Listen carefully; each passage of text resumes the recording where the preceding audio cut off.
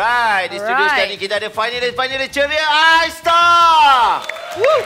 Kita ada The Black, kita ada Danish dan Sehati. Dan untuk pengetahuan anda semua, Sehati ni adalah peserta kita daripada Indonesia kan? Ya. Dari mana lagi? Singapura ada? Enggak ada dari Singapura. Dulu ada dari Brunei, tapi enggak terus. Ya, dia tarik diri di enggak tahulah apa mau sabut ni. Okey, tapi nak tanya juga dengan final ini adalah finalis untuk konsert akhir lagi Aistar. Ni yang hebat lah, yang terhebat ni. Ya Allah ya Rabbi, saya dengar cerita sampai juri pun menangis. Menangis. Dia ni kalau perform, cameraman menangis.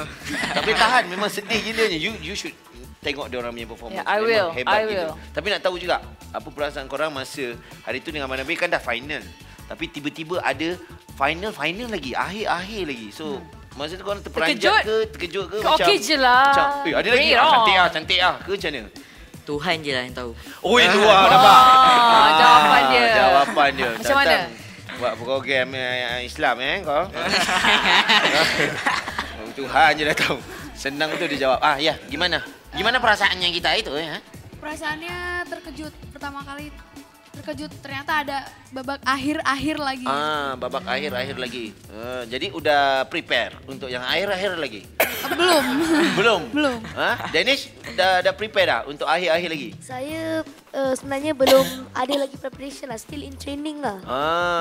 Tapi for this like macam ini akhir lagi tau. So dia kena lagi gempak daripada yang final hari tu. So macam The Blacks ni macam mana persediaan nak buat yang lagi itu hari dah gempak kan?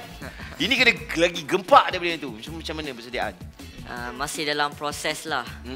Kita orang masih ada. Kita orang baru dapat tajuk. Baru dapat tajuk? Bila dapat? Semalam.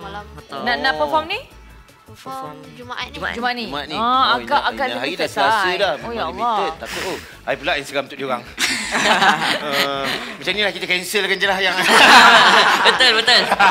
Macam mana support dari your parents, your family and friends semua? Ni abang cakap sikit. Dari kawan semua dengan orang tua semua support lah. Kasih dukungan idea. Dia dukung lagi, dia support, siap dukung. Dukung tu maksudnya support. Support. Dia macam Danish. Kau ni. Macam Danish, the parents semua memang very supportive kan? Yes. Thank you to my parents and my teachers semua memang very supportive. And my friends too.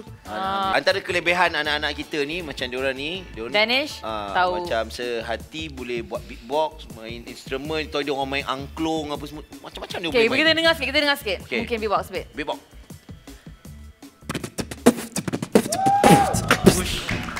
Yang adik dia pula lapkan mic tu lepas dia beatbox. Okey, Danish, taruh dong. Taruh sikit. A'udzu billahi minasyaitonir rajim. Wa anfiqu fi sabilillahi wa la tulqu bi aydikum ila tahlukah wa ahsinu innallaha yuhibbul muhsinin. Sadaqallahul azim. Haji, macam mana? Terbakar. Macam mana tu Haji? Nampak tak? Kan? Ini yang macam ni patutnya aku masih kecil macam ni lah. Black. Macam mana? Korang dah ada tak yang a few dia orang boleh buat. Saya nak bagi tazkirah sikit lah. Baik. Silakan je. Sedia? Sedia. Okey. Kita bagi salam kan. Selalu kita jumpa orang, hai. Kan? Kita jumpa hai. Cuba kalau kita bagi salam. Assalamualaikum. Tu kawan kita cakap. Bukan hai dengan salam sama ke? Mana sama? Kalau macam tu dalam solat kita tukar. Hai. Hoi. Mana boleh? Kita bagi salam. Tak sama benda tu. Jadi lebihkan salam daripada bercakap hai. Itu dia.